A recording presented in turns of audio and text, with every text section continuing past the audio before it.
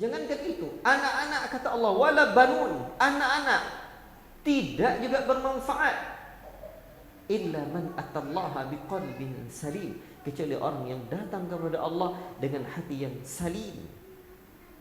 Salim, Allahu akbar, yang selamat.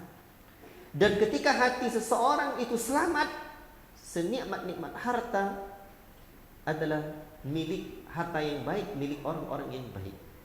Orang-orang yang hatinya baik atau itu memanfaatkan hartanya untuk kebaikan. Anak-anaknya ia didik pula untuk kebaikan. Maka di sisa-sisa umur kita ini, semoga Allah Ta'ala berikan kepada kita kebeningan hati, ya, ketentraman jiwa, dan apa yang Allah Ta'ala sebutkan di dalam Al-Quran. Semoga Allah panggil kita dengan panggilan indah, ya ayyatuhan nafsul mutmainnah, irji'i ila rabbiki radiyatan mardiyah, fadkhuli fi ibadi wadkhuli jannati. Ya ayyatuhan nafsul mutmainnah, wahai nafsul mutmainnah, jiwa yang tenang, irji'i ila rabbiki, kembalilah kamu kepada Rabb. Allah panggil ruh kita, Allah yang ciptakan, Allah sebutkan, Allah panggil sedemikian rupa, kembalilah kamu kepada Rabb, radiyatan mardiyah, dalam keadaan ridha dan diridhai. Dan tak cukup hanya sampai di sana, fadkhuli, masuklah kamu, fadkhuli fi ibadi, ke dalam golongan-golongan hambaku. Dan hamba Allah itu, ada hamba yang hanya secara takdiri. Apa itu? Semua makhluk yang ada di alam ini itu tunduk dengan kekuasaan Allah. Dan ada hamba yang syar'i, yang Allah Ta'ala ridhoi. Makanya ketika menyebutkan tentang Nabi kita di saat Isra dan Mi'raj, apa kata Allah? Subhanalladzi asra bi'abdihi, Maha suci Allah yang telah memperjalankan hambanya. Jadi Nabi Muhammad itu adalah hamba Allah Subhanahu wa ta'ala. Maka ketika Nabi menyebutkan la tusayyiduni, ya, jangan berlebih-lebihan kalian mengagungkan aku, ya. Kata Nabi sallallahu alaihi wasallam, atau la tuturuni kama atratin nasara ibna Maryam, jangan kalian berlebih-lebihan mengagungkan aku sebagaimana orang-orang Nasara mengagungkan Isa anaknya Maryam. Nabi menyebutkan ana Abdullah, faqulu Abdullah wa Rasul, maka ucapkanlah hamba Allah dan Rasulnya. Dan ternyata di sisi lain, ketika kita memahami bahwa kedudukan seseorang sebagai hamba Allah itu luar biasa, sehingga di dalam ayat yang tadi Allah Ta'ala sebutkan, fadkhuli fi ibadi, maka masuklah kamu ke dalam golongan hamba-hambaku, hamba Allah yang Allah ridhoi, radiyatan mardiyah, ridha dan diridhoi. Dan akhir dari ayat itu apa kata Allah? Fadkhuli fi ibadi wadkhuli jannati, dan masuklah kamu ke dalam golongan hamba. Golongan fadkhuli fi ibadi wadkhuli jannati, dan masuklah kamu ke dalam surga. Di sini coba kita garis bawahi, Allah panggil dengan panggilan nafsul mutmainnah, jiwa yang tenang. Kemudian Allah Ta'ala sebutkan sebagai hambanya, baru Allah Ta'ala persilakan masuk ke dalam surganya. Berarti untuk menjadi seorang hamba Allah, kita mesti menjadi seorang apa? Yang memiliki nafsul mutmainnah, jiwa yang tenang. Dan ketika kita menjadi hamba Allah, wadkhuli jannati, masuklah kamu ke dalam surgaku. Jadi ada 3 rentetan, ya. Nafsul mutmainnah, jiwa yang tenang, kemudian menjadi hamba Allah, Allah persilahkan masuk ke dalam surga yang penuh dengan kenikmatan. Maka untuk itulah bersama kita malam ini sama-sama belajar tazkiyatun nafs. Tazkiyatun nafs, penyucian jiwa. Ilmu penyucian jiwa. Dan rujukan utama kita di dalam pembahasan ini adalah kitab Syekhuna Abdul Razak hafizahullah taala yang berjudul Asyru Qawaid fi Tazkiyatin Nafs. 10 kaidah di dalam tazkiyatun nafs, penyucian jiwa. Kitab beliau ini sebenarnya kecil, cuman di tangan saya ini kumpulan Al-Jami' li Amal li Mu'allafati war Rasail. Ini kumpulan kitab beliau. Ini banyak jilidnya dan ini jilid yang ke-8. Ya. Bagian dari at-tarbiyah, pendidikan. Ya. Ikhwati fillah, barakallahu fikum. Insyaallah ini nanti pertemuan kita bahas kaedah-kaedah yang beliau sebutkan dalam penyucian jiwa. Dan juga saya anjurkan untuk membeli buku. Saya yakin ini sudah ada terjemahnya, cuman saya belum punya dan belum lupa pula melihatnya apa terjemahannya. Ya, tapi saya anjurkan beli yang beliau tadi bawa, saya lihat yang buku yang ini ya, Manhaj Ahlussunnah wal Jamaah Tazkiyatun Nufus. Ya. Nanti kapan baru silakan beli buku ini. Ya. Nah, ini juga bagus sekali. Tetapi kalau ada nanti ada enggak 10 kaidah penyucian jiwa? Nggak tahu ada terjemahannya. Nah, kalau ada beritahu saya nanti. Saya beli sendiri juga lah. Ikhwati fillah, barakallahu fikum. Sebelum masuk kepada pembahasan ini, kita coba memahami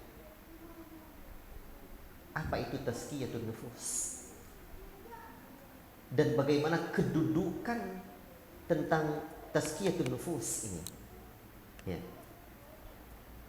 Tazkiyatun nufus di sini ada di halaman 15. Nah. Dan metode kita untuk membaca buku ini, saya melihat ya, mungkin metode yang bagusnya bukan dibaca satu persatu, tapi diambil fawaidnya saja, poin-poin pentingnya. Ya.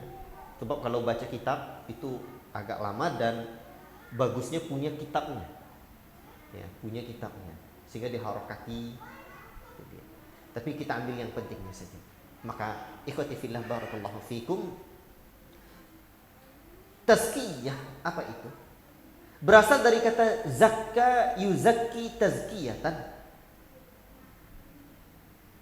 Asal makna dari kata tazkiyah an-nama. Apa itu an-nama? Tumbuh berkembang. Tumbuh berkembang. Maksudnya menumbuhkan dan mengembangkan jiwa kita. Maka orang-orang yang belajar ilmu tazkiyatun nufus atau tazkiyatun nafs, sama Pak, nafs itu mufradnya, nufus jamaknya. Nafs kata tunggalnya, nufus kata pluralnya. Banyak. Jiwa-jiwa, nufus, nafs, jiwa. Jadi orang-orang yang belajar ilmu tazkiyatun nufus, maka adalah orang-orang yang mengembangkan jiwanya, menumbuhkan jiwanya. Semua orang ini punya jiwa, tetapi ada jiwa yang tidak berkembang. Kira-kira kalau sawit kita tanam terus tidak berkembang, gimana kira-kira? Kerdil dia. Berarti dia butuh dipupuk. Ya. Dia butuh dirawat, dijaga, bahkan kita pagar. Maka demikian pula dengan jiwa kita. Apa pupuknya? Bagaimana cara mengembangkannya? Itulah dia dalam kaedah-kaedah tazkiyatun nufus yang kita pelajari nanti insyaallah. Dan makna dari kata tazkiyah ini adalah at-taharah, pembersihan dan penyucian. Artinya menyucikan jiwa. Jiwa kita harus sucikan dari sifat-sifat yang buruk, dari akhlak-akhlak yang tercela. Ya. Ikhwati fillah barakallahu fikum. Maka untuk itulah ketika kita sudah bersihkan, ketika kita sudah sucikan, nanti barulah hal-hal yang baik dia masuk. Dan ini penting sekali. Maka di dalam hal ini para ulama pun menyebutkan di dalam tazkiyatun nufus ini ada dua hal yang harus ada. Pertama namanya tahliyah, yang kedua tahliyah. Apa itu tahliyah? Penyucian jiwa, pengosongan, ya, pembersihan dulu dari apa? Dari kotoran-kotoran, dari hama-hamanya, dari musuh-musuhnya. Ketika kita mau buat kebun sawit, maka kita bersihkan dulu semak-semaknya. Setelah kita tebang, kita bersihkan. Dan yang kedua tahliyah. At-tahliyah menghiasi jiwa kita dengan apa? Dengan kaedah-kaedahnya nanti, dengan amalan-amalan hati, dengan akhlak mulia. Itu namanya tahliyah. Berarti dibersihkan dulu, kemudian baru dicat. Ya. Kalau ada orang apa namanya yang ngecat motor itu,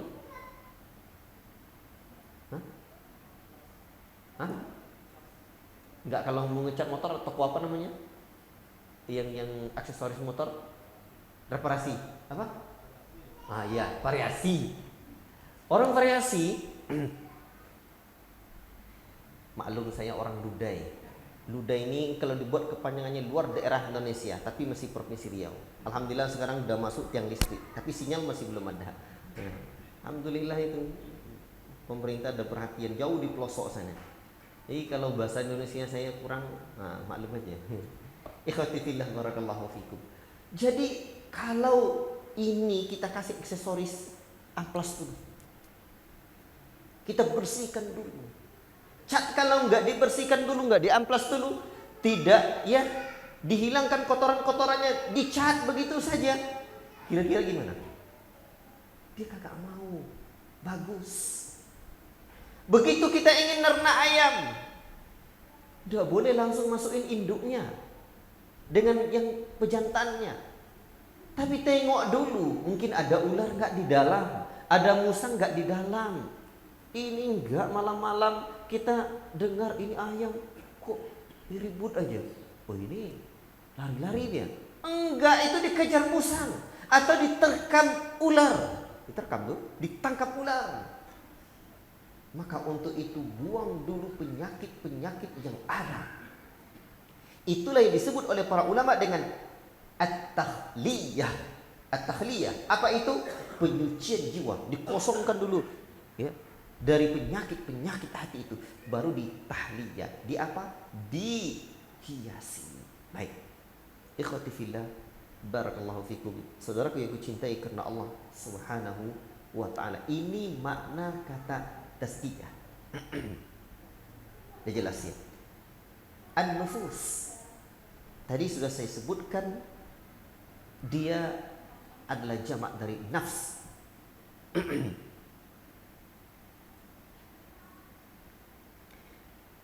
Ikhwati fillah barakallahu fikum. Apa itu makna kata an-nafs?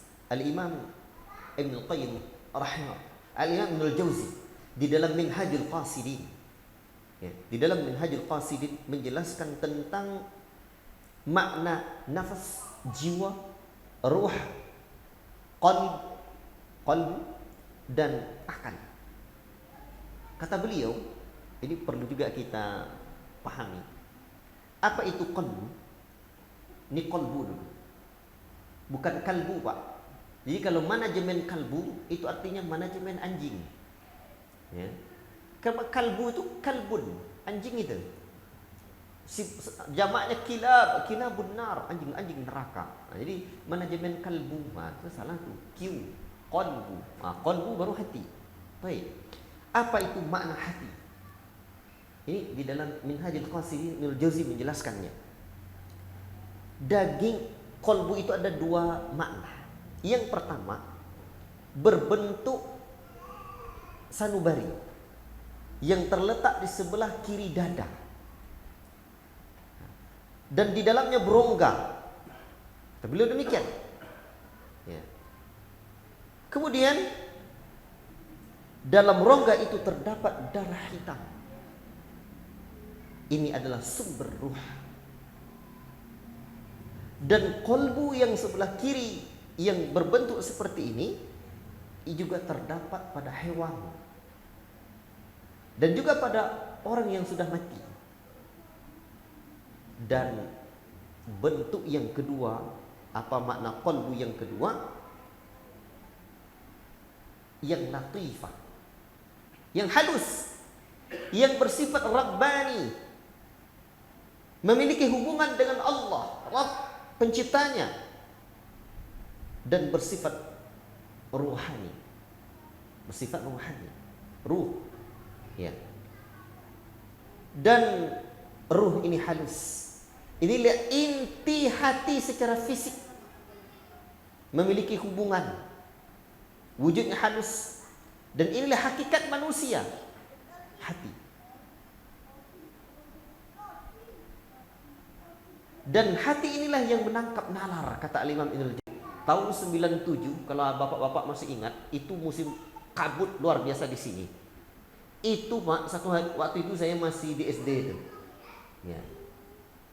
Jadi waktu itu jam 9, antara jam 9 sampai jam 10 itu udah gelap. Matahari gak nampak. Begitulah kalau matahari tidak ada. Jadi jiwa manusia itu ketika dia sudah tenggelam, tidak tampak, dan hakikat dari orang yang mengotori jiwanya, Syekh Abdul Razak juga menjelaskan nanti, adalah orang yang menutup jiwanya itu. Orang yang menutup jiwanya, jiwa mulianya itu dia tutup dengan perbuatan kotor. Ketika tertutup gelap. Dan ternyata ketika matahari gelap, matahari tidak ada, gelaplah bumi ini. Maka ketika jiwa manusia ini ditutupinya dengan perbuatan-perbuatan tidak baik, maka gelaplah jiwa manusia itu. Ya, tidak nampak lagi. Ikhwati fillah, barakallahu fikum. Allah bersumpah atas nama makhluknya, demi matahari yang besar fungsinya dalam kehidupan manusia ini. Ya, ini juga memberikan faedah kepada kita bahwa ruh, nafsul mutmainnah, jiwa yang bercahaya dengan petunjuk Allah itu sama seperti matahari menerangi bumi ini. Begitulah jiwa kita menerangi diri kita ini, menerangi pikiran kita, menerangi anggota badan kita. La ilaha illallah. Dan sama juga fungsinya ketika apa? Ketika matahari, ketika bulan tidak ada. Lalu apa kata Allah Subhanahu wa taala? Wan nahari idza jallaha. Dan demi apa? Demi siang. Apabila ada tampak terang dia, jelas. Wal laili idza yaghshaha. Dan demi malam apabila dia sudah gelap, tertutup malam itu dengan kegelapan.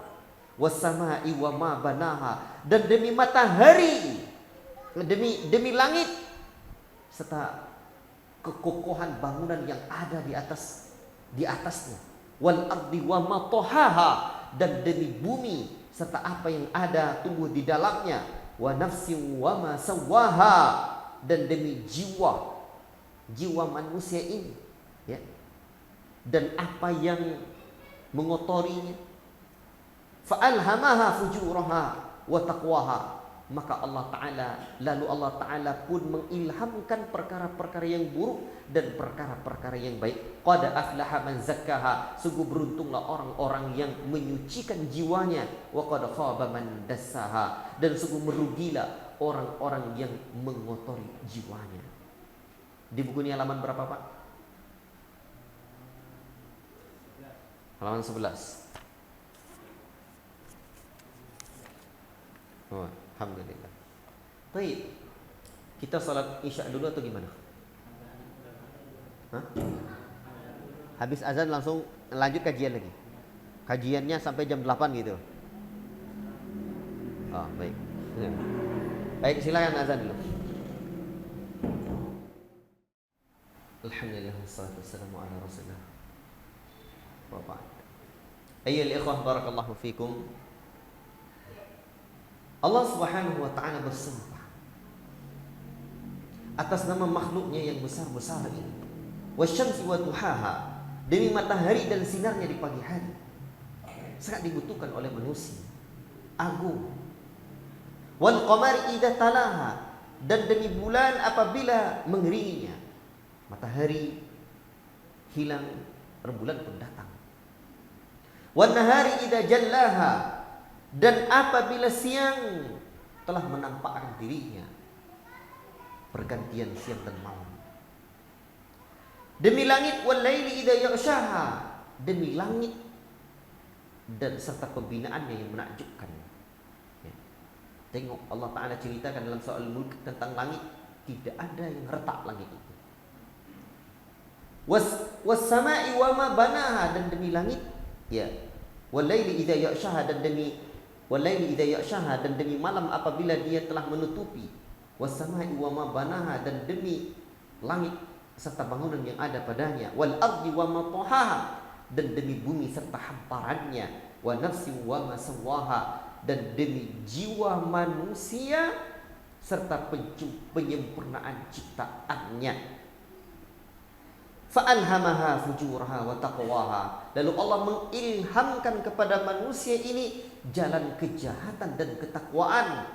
Qad aflaha man zakkaha, sungguh beruntunglah orang-orang yang menyucikan jiwanya. Dulu kita belajar di pondok, qad masuk fi'il madhi itu maknanya, faedahnya apa? Litakid, litahqiq. Betul-betul beruntunglah orang-orang yang menyucikan jiwanya. Jadi di sini Allah Ta'ala mengatakan aflaha adalah fi'il madhi. Qad masuk fi'il madhi, betul-betul. Ini maknanya. Sungguh-sungguh. Serius. Penekanan di sini. Sungguh beruntunglah orang-orang yang menyucikan jiwanya. Wa qad khaba man dassaha, dan sungguh betul-betul rugilah orang-orang yang mengotori jiwanya. Allahu Akbar. Ikhwati fillah, barakallahu fikum. Ini urgensi atau pentingnya memahami atau melakukan tazkiyatun nafs, penyucian jiwa kita. Syekh Abdul Razak menyebutkan wa qad khaba man dassaha, dan sungguh merugilah orang-orang yang mengotori jiwanya. Aslut tadsiyah, asal kata mengotori jiwa, huwal ikhfa, yaitu menyembunyikan. Apa yang dia sembunyikan? Fal'asi, orang-orang yang berbuat maksiat, qad akhfa nafsahul karima bi fi'lil atham, adalah orang-orang yang telah menutupi jiwanya yang mulia itu dengan perbuatan-perbuatan dosa, dan melemparkan jiwanya ke dalam perkara-perkara yang hina. La ilaha illallah. Merusak dirinya dengan aib-aib, dengan perbuatan-perbuatan yang Allah murkai. Maka di dalam ayat-ayat ini tampaklah bahwa ridhonya Allah terhadap jiwa manusia itu adalah dengan mulianya jiwa manusia itu menjadi nafsul mutmainnah, nafsu yang tenang, nafsu yang Allah ridhoi. Ikhwati fillah, barakallahu fikum. Maka untuk itu penisbatan jiwa atau pembagian jiwa manusia kepada tiga yang sudah saya sebutkan di dalam pengertian nafs tadi. Nafsul mutmainnah, ini pembagian jiwa. Nafsul lawama dan nafsul ammarah, itu tergantung kepada kondisi jiwa manusia itu. Apabila jiwa manusia itu betul-betul selalu ingin berbuat maksiat, selalu membuat kemurkaan Allah, itu nafsu ammarah. Dan apabila kadang bertaubat, kadang menyesal, kadang berbuat maksiat, itu namanya nafsu lawama, nafsu yang sering menyalahkan dirinya. Dan yang ketiga, nafsul mutmainnah, nafsu yang tenang, selamat, merdeka dari perbudakan hawa nafsu. Dan ternyata yang ketiga inilah yang Allah ridhoi. Allah tak ridho jiwa manusia itu kecuali ketika jiwa manusia itu berada dalam nafsul mutmainnah. La in syakartum la azidannakum wa la in kafartum inna 'adabi lasyadid. Jika kamu syukuri nikmatku, maka akan aku tambah. Dan jika kamu kufur, sesungguhnya azabku teramat sangat. Jadi jiwa kita ini adalah di antara nikmat Allah yang wajib kita syukuri. Dan ternyata kita mensyukuri jiwa kita ini agar dia tetap berada dalam nafsu mutmainnah, nafsu yang diridhoi oleh Allah Subhanahu wa taala. Ikhwati fillah, barakallahu fikum. Maka untuk itulah Nabi pernah menyebutkan, wa inna li nafsika 'alaika haqqan. Sesungguhnya dirimu, jiwamu itu ada haknya. Diri kita ini, jiwa kita ini ada haknya. Hak jiwa kita itu apa? Disucikan. Maka ketika kita tidak mensucikan jiwa kita, berarti kita tidak memberikan hak jiwa kita tersebut. Ikhwati fillah, barakallahu fikum. Dan kita mesti ingat, di antara urgensinya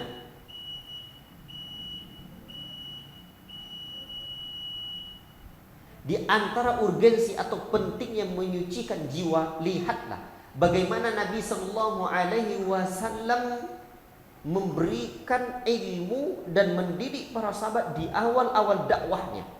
Di dalam surah Al-Baqarah ayat 151 Allah Ta'ala sebutkan tentang tugas Nabi. Dan ini adalah materi pendidikan Nabi, materi dakwah Nabi. Kama arsalna fikum rasulan minkum yatlu alaikum ayatina. Ini tugas seorang Nabi. Sebagaimana kami telah mengutus kepada kalian seorang rasul dari kalangan kalian juga. Apa tugasnya? Yang pertama, yatlu alaikum ayatina, untuk membacakan ayat kami. Itu tugas yang pertama, mengajarkan Al-Quran. Yang kedua, wa yuzakkikum, dan menyucikan jiwa kalian. Tugas yang kedua, wa yuzakkikum, menyucikan jiwa kalian. Makanya di dalam bahasa Arab itu Pak, kata pendidikan itu ada tarbiyah, ada ta'lim, ada tansyiah, dan juga tazkiyah. Tazkiyatun nafs itu bisa bermakna pendidikan jiwa. Jadi orang yang melakukan penyucian jiwa, tazkiyatun nafs, adalah orang yang mendidik jiwanya. Dan ternyata ini tugas Nabi yang kedua, wa yuzakkikum, menyucikan jiwa kalian.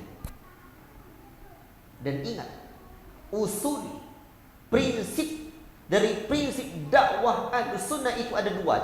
Satu namanya tasfiyah, yang kedua namanya tarbiyah. Apa itu tasfiyah? Memurnikan pemahaman. Dan yang kedua baru dididik. Nah, ini di antara usul dakwah Ahlussunnah adalah tasfiyah dan tarbiyah. Memurnikan dulu pemahaman. Setelah itu apa? Baru dididik. Ya. Wa yuzakkikum man tazkiyah, menyucikan jiwa kita. Wa yu'allimukumul kitaba, barulah mengajarkan kitab.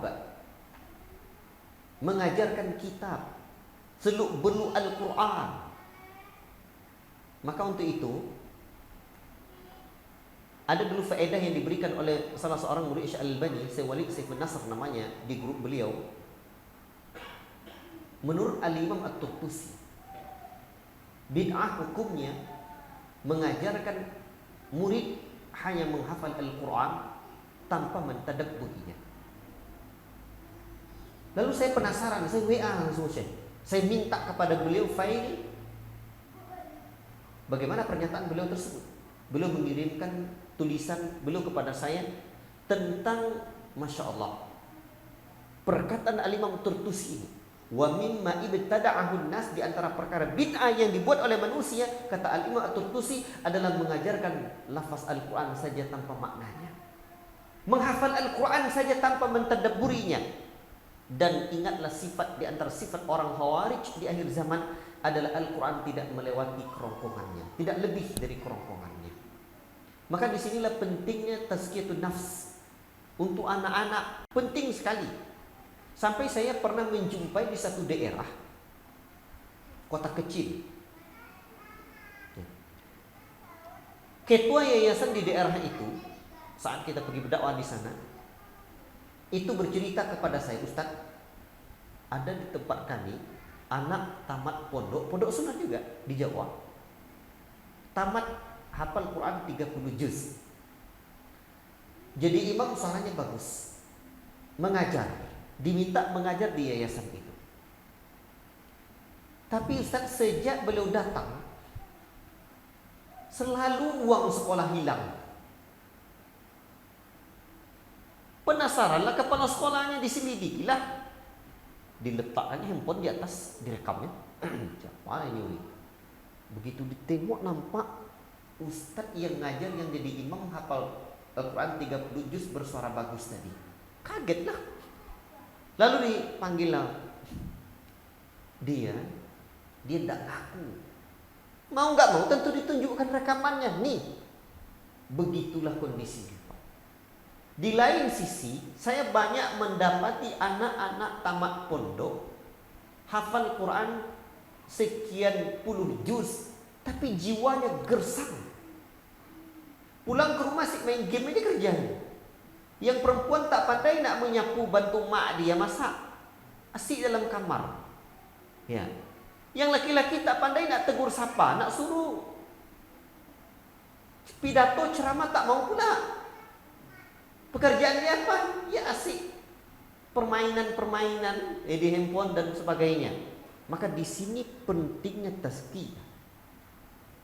Maka mendidik hati sebelum otak dan jasmani. Pendidikan Islam itu karakteristik itu syumuliyah, komprehensif. Tidak hanya mendidik otak, hafalan saja tidak. Maka untuk itulah Jundub bin Abdillah ini diantara pentingnya tazkiyah juga. Mengatakan, diriwayatkan oleh Al-Imam Al-Baihaqi di dalam Syu'abul Iman, Al-Imam At-Tabrani dalam Mu'jamnya, apa kata Jundub bin Abdillah radhiyallahu ta'ala anhu? Kunna ma'an Nabi sallallahu alaihi wasallam wa nahnu fityanun hazawira. Dulu kami bersama Nabi sallallahu alaihi wasallam, ketika itu kami remaja yang tengah tumbuh kembang. Fata'allamna al-iman qabla an nata'allama al-Qur'an. Kami belajar iman sebelum kami belajar Al-Qur'an. Timbul pertanyaan, bagaimana pula belajar iman sebelum belajar Quran? Dari Quran juga belajar iman tuh. Tapi lihatlah ayat-ayat Al-Quran yang awal-awal turun di Mekah. Itu ceritanya tentang iman kepada Allah, iman pada hari akhirat, menumbuhkan keimanan. Maka ternyata pendidikan Nabi di awal-awal dakwahnya, di awal-awal pendidikannya adalah menyuburkan iman. Nah, ini tazkiyatun nafs itu, penyucian jiwa kita. Fata'allamna al-Quran fazdadna bihi imana. Kata Jundub bin Abdillah radhiyallahu ta'ala anhu, lalu kami belajar Al-Quran, bertambah iman kami. Dan yang jadi masalah adalah tambahan riwayat yang tadi disebutkan, diriwayatkan oleh Al-Imam Al-Baihaqi dan Tabrani tadi. Wa antumul yaum ta'lamuna al-Quran qabla al-iman. Kesalahan kalian hari ini belajar Al-Quran sebelum belajar iman. Nah, itu kata Jundub itu. Belajar Al-Quran sebelum belajar iman. Timbul pertanyaan lagi, bagaimana betul belajar iman itu, Ustaz? Nah, itulah tadabbur Al-Quran itu. Makanya kewajiban kita terhadap Al-Quran itu yang pertama mengimani, yang kedua mempelajari bacaannya, ketiga mentadabburinya, keempat menghafalnya, kelima mengamalkannya, keenam mendakwahkannya. Jadi mentadabburi itu penting. Di sini apa yang perlu kita tadabburi? Ayat-ayat tentang bagaimana akhirat. Ini tazkiyatun nafs. Urgennya di sini, Pak. Maka kalau anak-anak nanti anak pondok gimana lah? Tak mungkin lah. Dah hafal Quran 30 juz. Mungkin gak Al-Quran membuat dia jadi pencuri? Tak mungkin. Berarti ada yang salah. Apa yang salah? Kalau dalam dunia pendidikan itu, Pak, sebenarnya ada anak itu masanya belajar iman, belajar adab, belajar Al-Quran, jadi dewasa. Ya, ini kita uraikan sedikit tentang pendidikan. Begitu di pondok, itu yang jadi masalah, kita belum tertata lagi sejak 0 sampai 7 tahun. Sebab anak 0 sampai 7 tahun itu iman itu harus banyak diceritakan. Umur 7 tahun sampai 12 tahun belajar adab, belajar, diceritakan, dekat kita dengan dia. Begitu mondok, siap dia menerima. Ibarat kebun sawit, digemburkan dulu lahannya, dipupuk, kemudian baru ditanam. Kalaupun bibitnya harganya mahal dan katanya bagus, cepat berbuahnya, tapi ditanam di tanah yang gersang, tidak mau dia berkembang. Demikianlah kira-kira. Makanya begitu belajar di pondok, dia belajar bahasa Arab, belajar ini, belajar itu. Anak pondok itu Pak, belasan mata pelajarannya. Jadi sebelum tumbuh keimanan dia, semangat dia, motivasi dia dicekoki dengan pelajaran yang sedemikian banyak, apalagi yang mungkin orientasinya hanya banyak hafalan-hafalan otak saja, mengisi otak, belum mengisi hati. Akhirnya begitu pulang ke rumah, ialah dilampiaskannya. Itu dia. Jadi disinilah pentingnya penyucian jiwa. Maka sebelum anak pergi mondok Pak, ada tugas kita. Ada tugas kita, penyucian jiwa. Anak pergi mondok itu umur berapa Pak? 11 tahun. Berapa tahun sekarang? 12 tahun. 12 tahun atau 13 tahun atau 11 tahun lah ya. Dakwah Nabi di Mekah berapa tahun Pak? 13 tahun. Waktu di Mekah dulu udah banyak enggak kewajiban syariat agama? Belum kan? Iman 13 tahun penempaan iman. Kalau anak kita mondok usia 13 tahun penempaan imannya, wajar di pondok dia sudah siap. Ini belum. Dia fisik kita juga Pak, ada saatnya kita belajar merangkak, belajar duduk, belajar berdiri, berjalan, baru berlari. Ini ndak merangkak belum belajar, apa-apa belum belajar langsung berlari. Begitulah kira-kira ilustrasinya. Jadi penting sekali, urgen sekali kita tazkiyatun nafs. Masya Allah. Maka tengok-tengok anak kita Pak. Jadi kalau malas dia di pondokan ini. Tazkiyatun nafs kamu dulu ya. Makanya saran saya ketika anak mondok itu, kalau ketika dijenguk, itu betul-betul dibanyak berikan kasih sayang, tampakkan kita sayang itu Pak. Betul-betul. Nah itu pembahasan kita sekarang. Tapi ini urgen. Sebab saya banyak menjumpai anak-anak, karena saya banyak menerima anak-anak pindahan. Ya, banyak anak-anak yang hafal Quran sekian puluh juz galau. Tak mungkin rasanya Al-Quran membuat dia galau. Banyak yang ngaku sama saya, stres kan Ustaz di pondok itu katanya. Itulah, itu penyebabnya salah satunya itu tuh. Ada lagi yang bilang sama saya 50% kami di pondok tuh stres aja tuh, galau aja tuh katanya. Jadi besok dilampiaskannya Pak. Itu kalau jiwa tidak terisi. Jadi pondok sekarang itu perlu diperhatikan. Kadang-kadang kalau tidak diperhatikan oleh pondok itu bahaya orang tua. Sebab kita sebenarnya yang terlambat. Di pondok tuh memang tidak usia segitu tuh memang harusnya itu. Efeknya nanti Pak tidak tumbuh kedewasaannya. Orang dulu dewasa itu 15 tahun udah dewasa. Dalam Islam itu balik akil, balik berakal. Ini balik sudah berakal belum? Itu dia. Mukallaf tuh merasa terbebani syariat, ada tanggung jawab syariat Pak. Ini enggak, sudah balik belum merasa punya tanggung jawab syariat. Itu belum dewasa itu. Jadi orang dewasa itu punya merasa tanggung jawab beban syariat. Ada beban dia, ini belum lagi. Itu bahaya itu. Baik. Karena pembahasan kita bukan ini, tapi uraian tazkiyatun nafs. Ada 3 tadi tugas Nabi. 1, mengajarkan ayat Al-Quran. Yang kedua, mengajarkan mentazkiyatun nafs. Yang ketiga, baru mengajarkan kitab seluk-beluk ilmu yang lain. Wal hikmah. Hikmah ini salah satu maknanya sunnah, hadis. Kemudian wa yu'allimukum ma lam takunu ta'lamun, dan mengajarkan kalian apa yang belum kalian ketahui. Jadi ternyata ilmu tazkiyatun nafs itu di awal-awal. Ini kurikulumnya. Kalau kenakan pakaian dalam dulu kan, baru pakaian yang lebar di luar nih. Kalau ini yang di luar, kalau ini di dalam, pakaian dalam diletakkan di luar. Kira-kira gimana itu? Kan aneh itu. Tidak tepat. Jadi begitu pula diri kita nih Pak. Awal belajar langsung belajar debat aja sama orang. Awal begitu belajar kan begini. Kita kan kadang-kadang belajar sunnah ini. Sebelumnya kita merasa amalan kita bid'ah aja isinya. Begitu belajar sunnah, semua orang nampak ahlul bid'ah aja semuanya. Kita sendiri seakan ahlul sunnah.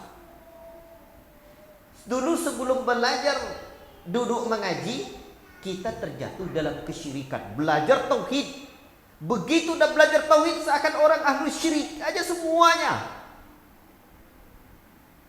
Makanya Pak, akhirnya kadang ngaji itu memperkeras hati kelihatannya, padahal bukan. Dianya yang salah dapat urutan pelajaran. Itu dia. Dia sebentar mau debat sama orang, sebentar debat sama orang. Di mana aja akun di Facebook, di sini, di situ. Saya kadang saya kan dari kampung Pak, dari pelosok masuk pelosok keluar pelosok, ya. Dari itu suka saya masuk kampung keluar kampung. Nah, kemarin pekan berapa? 2 pekan yang lalu saya ngisi di daerah Trankuansing sana. Itu diceritakan yang bikin masalah dakwah itu. Nah, itu di Facebook tadi itulah. Sedikit-sedikit bata, sedikit-sedikit debat, sedikit-sedikit hantam. Pokoknya semangat dia tuh semangat jihad dia tuh jihad membantah orang ada dia. Tapi semakin lama kadang berubah dia 180 derajat. Muak dia kayak gitu terus. Berubah pula dia pula yang galau, yang futur. Itu permasalahan pelajaran tazkiyatun nafs. Masih ingat enggak apa kata Ustaz Ardan itu? Rahimallahu taala. Kita belajar din ini ya ikhwan, bukan untuk ingin memperkeras hati. Bukan untuk ingin menendang kata beliau. Ya bukan untuk menghardi orang, membenci orang, untuk mencela orang, tidak. Tapi apa kata beliau? Tapi untuk bisa duduk bersimpu, berubudiyah kepada Allah. Itu tazkiyatun nafs. Jadi kita belajar agama ini yang paling penting itu pertama kali kita tanamkan memperbaiki diri kita.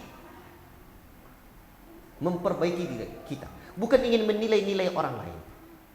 Orang lain yang keliru itu Rasul kan sudah sebutkan. Allah sudah sebutkan innamal mu'minuna ikhwah. Hanya saja orang mukmin itu bersaudara. Dan Rasul juga menyebutkan la yu'minu ahadukum hatta yuhibba li akhihi ma yuhibbu li nafsi. Tidak sempurna iman salah seorang kalian sampai dia mencintai saudaranya sebagaimana dia mencintai dirinya sendiri. Kalau kita sudah memandang orang lain itu saudara kita, Pak, itu kita cintai dia sebagaimana mencintai diri kita sendiri. Kita cintai, kita belajar sunnah. Apa upayanya agar dia dapat belajar sunnah pula? Kita mencintai diri kita dapat belajar tauhid supaya kita juga mencintai dia. Semoga dia dapat belajar tauhid. Saudara kita. Nah, itulah. Apalagi hidup di kampung itu Pak, itu kan berat kadang. Jadi pandang orang lain itu bukan dengan pandangan itu musuh kita tuh, tidak sama dengan kita. Jangan itu dulu. Ya. Karena Allah Ta'ala tak pernah sebutkan orang yang pakai celana cingkrang bersaudara, dada. Orang yang pakai jubah saya sudah yang Allah sebut orang mukmin. Kalau sudah orang mukmin, pandangan kita pandangan saudara. Tapi kalau dia keliru, kita cinta, kita sayang, semoga dia dapat juga hidayah sebagaimana kita dapat hidayah. Kalau ada pandangan seperti pandangan saudara, pasti akan ada jalan ingin mendakwakannya dengan bijak dan hikmah serta tegar. Tidak peduli kita. Kalau mau marah dia nanti dengan hikmah kita, saudara kita. Itu kalau berangkat Pak dari kemurnian jiwa. Makanya pelajaran tentang tazkiyatun nafs ini yang diisinya jiwa. Namanya tazkiyatun nafs, penyucian jiwa. Tapi kalau pelajaran lain nanti banyak mengisi otak. Maka untuk itu kita ingat belajar tauhid juga demikian. Pembahasan kita masih di dalam pentingnya tazkiyatun nafs, penyucian jiwa. Urgen sekali. Ntar dulu, ini sang kita sampai jam berapa? mohon dikasih tahu saya. Kalau ngomong nih kadang saya kemana, kadang lupa waktu. Ya. Hah? Jam 8. Baik. Kalau jam 8 kita tidak bisa membahasnya, baru mukaddimahnya. Tapi saya kasih daftar isinya buku ini. Syekh Abdul Razak, ini untuk mukaddimah dah cukuplah. Syekh Abdul Razak menyebutkan 10 kaidah dalam tazkiyatun nafs. Dan yang pertama, yang 10 itu beliau sebutkan, yang pertamanya at-tauhidu aslun ma tasku bihin nufus. Tauhid adalah landasan pertama dan utama dalam menyucikan jiwa manusia. Tauhid dulu, Pak. Nanti kalau masih ada waktu sedikit saya uraikan sedikit aja. Yang kedua, ad-du'a miftahu zakatin nufus. Doa adalah kunci penyucian jiwa. Kunci penyucian jiwa. Yang ketiga,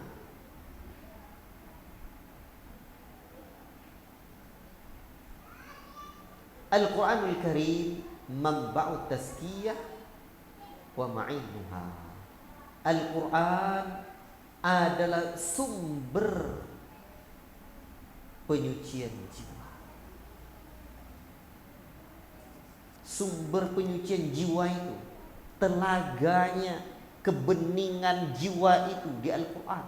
Mata airnya penyucian jiwa itu agar jernih Al-Quran. Yang keempat, ittihadul uswah wal qudwah. Mencari atau mengambil sosok teladan dalam hidup ini. Ada keteladanan. Siapakah yang menjadi teladan? Nabi kita tercinta. Jadi kita harus punya role model. Role model itu model baku dalam penyucian jiwa itu. Dan Nabi adalah orang yang paling suci jiwanya. Yang kelima, at-tazkiyah, tahliyah, wa tahliyah. Tazkiyatun nufus itu ada dua. Satu, tahliyah, membersihkan jiwa. Dan yang kedua, menghiasi jiwa. Yang keenam, i'laqul manafidil lati takhruju bihil insan 'anit tazkiyah wa tub'iduhu 'anil fadilati wa tuqi'uhu fir radhilah. Menutup pintu-pintu allati tukhriju bil insan, yang mengeluarkan manusia dari sucinya jiwa mereka dan menjauhkan mereka dari perkara-perkara yang mulia dan menjatuhkan mereka dalam perkara-perkara yang hina. Yang ketujuh,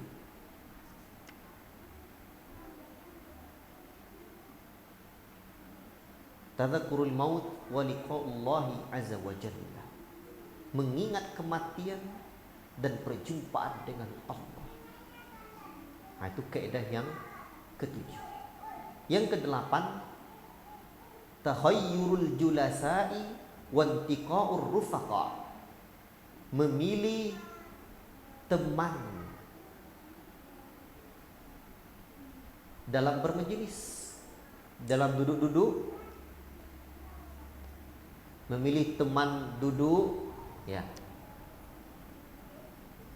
dan sahabat-sahabat kita. Memilih teman, sahabat, ya, kawan. Yang kesembilan, al-hadru minal ujub wal i'tiraru bin nafs. Wal i'tirari bin nafs. Waspada dari sifat ujub, sombong atau berbangga diri.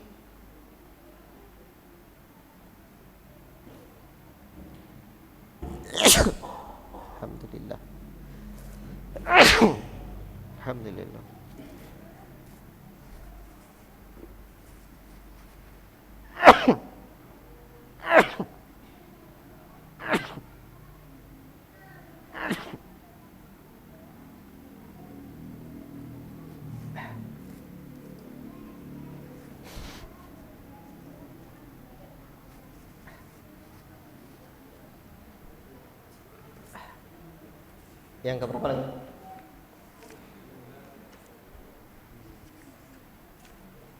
Iya. Waspada dari ujub dan tertipu terhadap diri sendiri. Yang ke-10, ma'rifatun nafs. Mengetahui nafsu atau jiwa kita itu sendiri. Nafsul mutmainnah itu seperti apa? Nafsul lawamah itu seperti apa? Nafsu ammarah itu seperti apa? Inilah 10 hal yang disebutkan oleh Syekh Abdul Razak di sini. Jam berapa? Baik. Sedikit. Ikhwati fillah barakallahu fikum. Syekh Abdul Razak menyebutkan landasan pertama di dalam tazkiyatun nufus adalah tauhid. Tadi saya nulis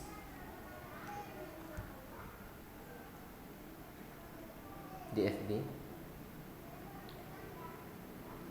judulnya ngaji tazkiyatun nafs. Saya sebut begini, saya senang kalau ngaji-ngaji di kampung, di pedesaan, ngaji tazkiyatun nafs.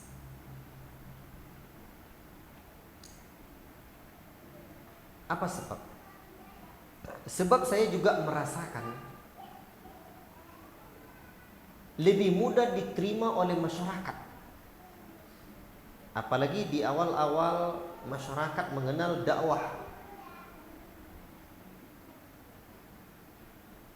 dengan tema tazkiyatun nafs. Tapi ingat,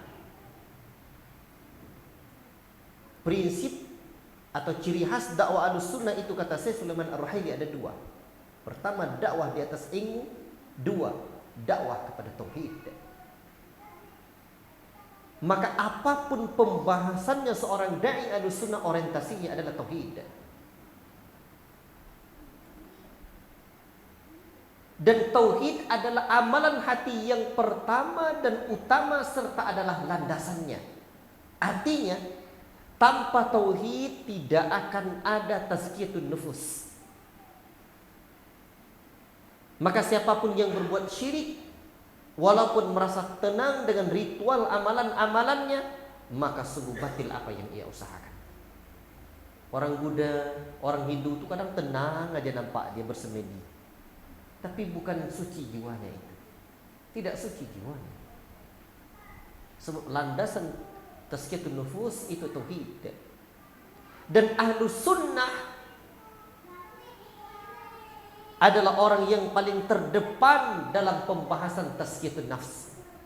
Kan ada orang bilang begini, kalau mau belajar ilmu tazkiyatun nafs dari jamaah ini, kalau ilmu belajar tentang iman jamaah ini, nanti belajar kalau tentang fikih dari jamaah ini, nanti kalau belajar tentang politik, siasah, nanti dari golongan ini pula.